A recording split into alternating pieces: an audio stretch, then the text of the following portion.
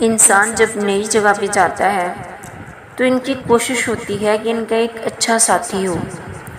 قبر بھی ایک نئی جگہ ہے اور وہاں پر کوئی ساتھی نہیں ہوگا، صرف ایک ساتھی ہی ہوگا، اور وہ ساتھی قرآن ہوگا۔ جب ہم مر کر قبر میں جائیں گے تو پتہ چلے گا قرآن مجید ہمارے لیے کتنا پیارا ساتھی ہے۔